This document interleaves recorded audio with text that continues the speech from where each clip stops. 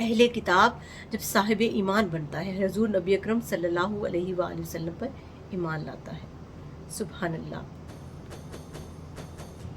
حضرت ابی الیسر رضی اللہ تعالیٰ عنہ فرماتے ہیں کہ حضور نبی اکرم صلی اللہ علیہ وآلہ وسلم نے فرمایا، اپنے غلاموں کو وہی چیز کھلاؤ جو تم خود کھاتے ہو، اور انہیں وہی کپڑا پہناؤ جو تم خود پہنتے ہو۔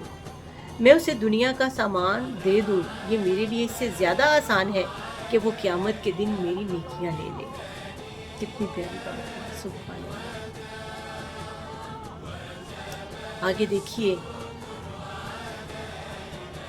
کہ کئی لوگ اپنے غلاموں، اپنے ہاؤس ہیلپ اور گھر کی مدد کے لیے، گھر کے کام کاج میں مدد کرنے کے لیے جو افراد موجود ہیں ان پر ظلم کی انتہا کر دیتے ہیں۔ اسی سے متعلق رہنمائی فراہم کرتی ہوئی یہ حدیث مبارکہ سنتے ہیں جو حضرت ابو موسیٰ بدری سے روایت ہے۔ فرماتے ہیں کہ میں اپنے ایک غلام کو چابک سے مار رہا تھا کہ اچانک میں نے اپنے پیچھے سے ایک آواز سنی، اے ابو مسعود جان لو۔ میں غصے کی وجہ سے اس آواز کو نہ پہچان سکا۔ جب وہ آواز دینے والا میرے قریب ہوا تو میں نے پہچانا کہ وہ حضور نبی اکرم صلی اللہ علیہ وآلہ وسلم تھے، اور آپ فرما رہے تھے، اے ابو مسعود جان لو، اے ابو مسعود جان لو۔ حضرت ابو مسعود فرماتے ہیں کہ میں نے اپنے ہاتھ سے چابک پھینک دیا۔ آپ نے پھر فرمایا، اے ابو مسعود جان لو، جتنا تم اس غلام پر قادر ہو، اللہ تعالیٰ تم پر اس سے کہیں زیادہ قادر ہے۔ یعنی جتنا تم اس پر ظلم کر رہے ہو تو اللہ تو ہر چیز، ہر انسان سے بڑھ کر قادر ہے، تم سے زیادہ قادر ہے تمہارے اوپر عذاب برسانے کے لیے یا تمہاری گرفت کرنے کے لیے۔ حضرت ابو مسعود رضی اللہ تعالیٰ عنہ بیان کرتے ہیں، میں نے عرض کیا، میں آئندہ کبھی غلام کو نہیں ماروں گا، کبھی اذیت نہیں دوں گا۔ آگے حضرت امام مسلم اور ترمذی اور ابو داؤد مزید روایت کرتے ہیں کہ حضرت ابو مسعود بیان فرمانے لگے، میں عرض گزار ہوا، یا رسول اللہ، یہ اللہ کی رضا کے لیے آزاد ہے۔ یعنی دل پر اتنا اثر ہوا حضور کی اس بات کا، فوراً اس کو آزاد کر دیا۔ تو آپ صلی اللہ علیہ وآلہ وسلم نے فرمایا، اگر تم ایسا نہ کرتے تو آگ تمہیں چمٹ جاتی، اور فرمایا آگ تم سے لپٹ جاتی۔ سبحان اللہ، کتنا رحمت اور شفقت والا برتاؤ آقا علیہ الصلوۃ والسلام نے سکھایا غلاموں کے لیے۔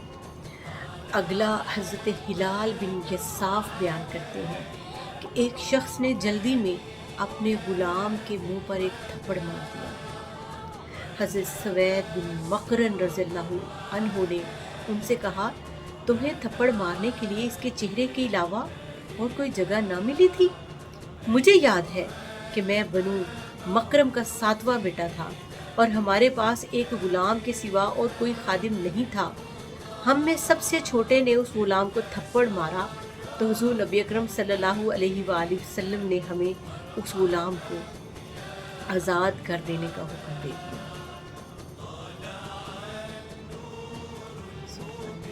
تاجدار کون و مکان کی غلاموں اور محروم پسے ہوئے طبقات کے لیے شفقت کا عالم یہ تھا کہ حضرت انس بن مالک رضی اللہ تعالیٰ عنہ بیان کرتے ہیں کہ نبی اکرم صلی اللہ علیہ وآلہ وسلم جب صبح کی نماز سے فارغ ہوتے، یعنی فجر کی نماز سے فارغ ہوتے، تو مدینہ منورہ کے خدام پانی سے بھرے اپنے اپنے برتن لے کر آ جاتے۔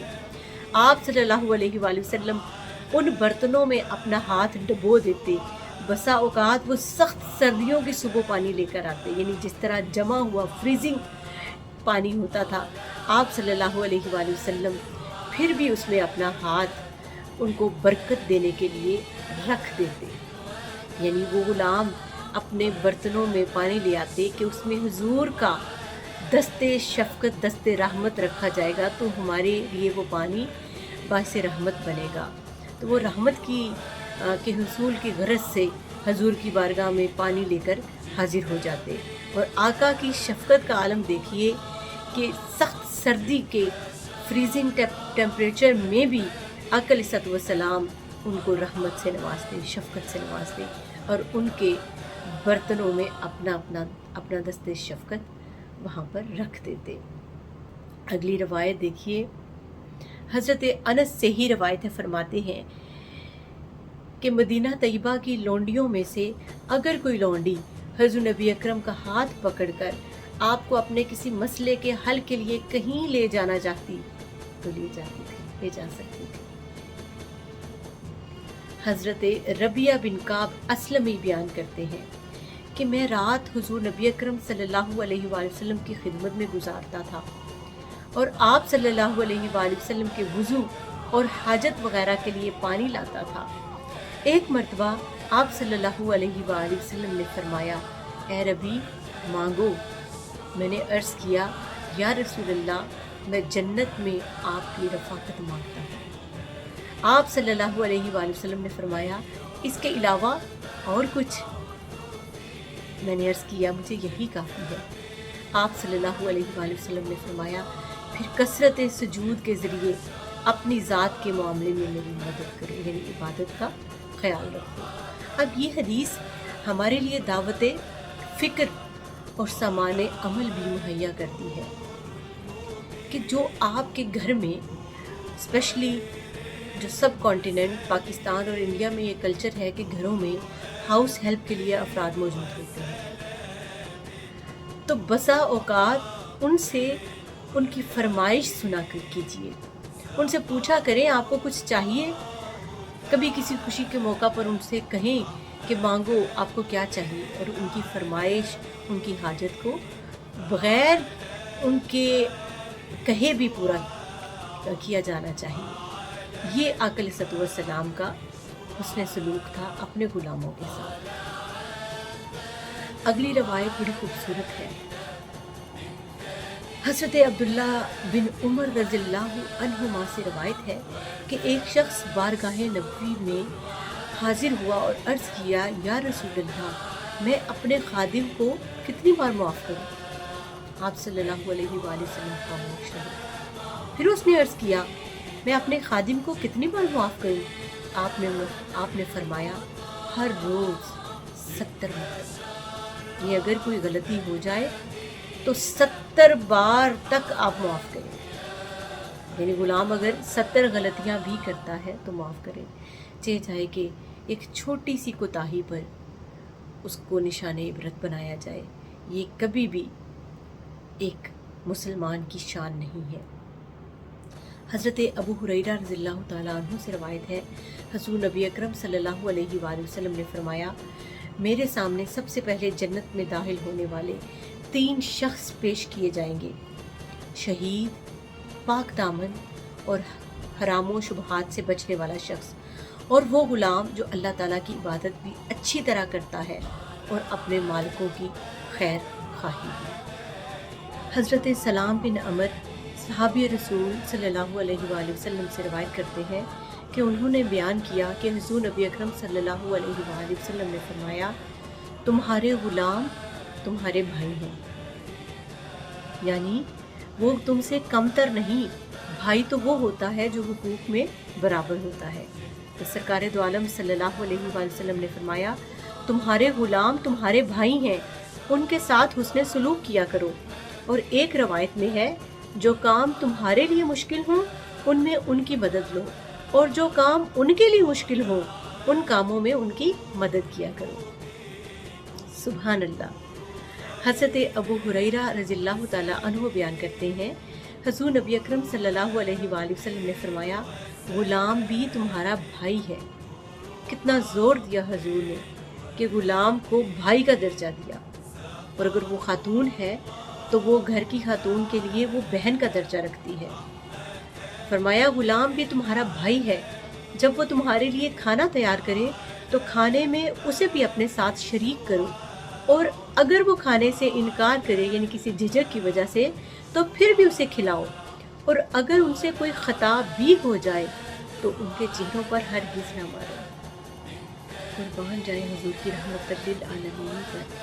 حضرت عمار بن یاسر رضی اللہ عنہما سے روایت ہے کہ حضور نبی اکرم صلی اللہ علیہ وآلہ وسلم نے فرمایا، جس شخص نے اپنے غلام کو بلا جواز مارا تو روز قیامت اس سے اس کا حساب لیا جائے گا۔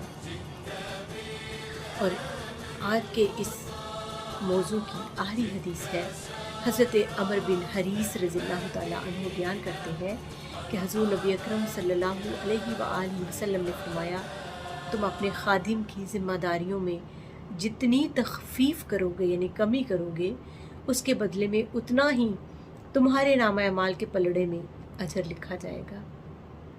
قربان جائیں آقا علیہ الصلوۃ والسلام کی رحمت و شفقت پر کہ جو معاشرے کے محروم، پسے ہوئے، کمزور ترین سمجھے جانے والے، دھتکارے ہوئے طبقات کے لیے بھی کس قدر شفقت اور رحمت سمیٹے ہوئے ہیں، اور آپ نے خود اپنے اسوہ حسنہ سے عمل کر کے دکھایا کہ غلاموں کے ساتھ کس طرح کا برتاؤ کرنا چاہیے۔ بڑے افسوس کی بات ہے کہ آج ہم مسلمانوں کے گھروں میں وہ کلچر جو ہے فروغ پا رہا ہے، جس میں ہاؤس ہیلپ کے لیے موجود افراد پر ظلم کا بازار گرم کیا جاتا ہے، اور ہم نے کئی بار ایسے مناظر دیکھے ہوں گے، دیکھنے کو ملتے رہتے ہیں میڈیا کے ذریعے کہ معصوم بچے اور بچیاں اور پھر خواتین کہ جن کے ساتھ آقا علیہ الصلوۃ والسلام نے، اگر وہ خادمائیں ہیں تو ان کے ساتھ حسن سلوک کو جو ہے وہ مقرب رکھا، اس کو زیادہ حسن سلوک کے اہل سمجھا، ان معصوم بچوں پر اس قدر ظلم کیا جاتا ہے کہ ان کی جان چلی جاتی ہے، اور یہ ہم کئی بار دیکھ چکے ہیں۔ ہمیں آقا علیہ الصلوۃ والسلام کے اسوہ حسنہ کو اپنی زندگی کا ہونا بچھونا بنانا ہوگا، اور وہ طبقات جن کی جن کی شکایت اور جن کے آنسو عرش معلیٰ تک پہنچتے ہیں، اور جن پر ظلم کرنے پر، جن کو مارنے پر، جن کے ساتھ برا سلوک کرنے پر قیامت والے دن بہت سخت پکڑ ہوگی اور سخت عذاب ہوگا، ان پر حسن سلوک کرنا چاہیے، ان کے ساتھ کسی بھی طرح کا مار پٹائی، ظلم و تشدد کرنے سے ڈرنا چاہیے، پرہیز اور گریز کرنا چاہیے، اور اپنے اعمال میں حضور کی سنت کو ڈھالنا چاہیے۔ یہی ہماری نجات کا ذریعہ ہے، اور ہمارے معاشرے میں خوبصورتی اور حسن ہے، اسی سے ہمارے معاشرے میں ایک بیلنس آئے گا اور حسن آئے گا۔ واحد دعوانا الحمدللہ رب العالمین۔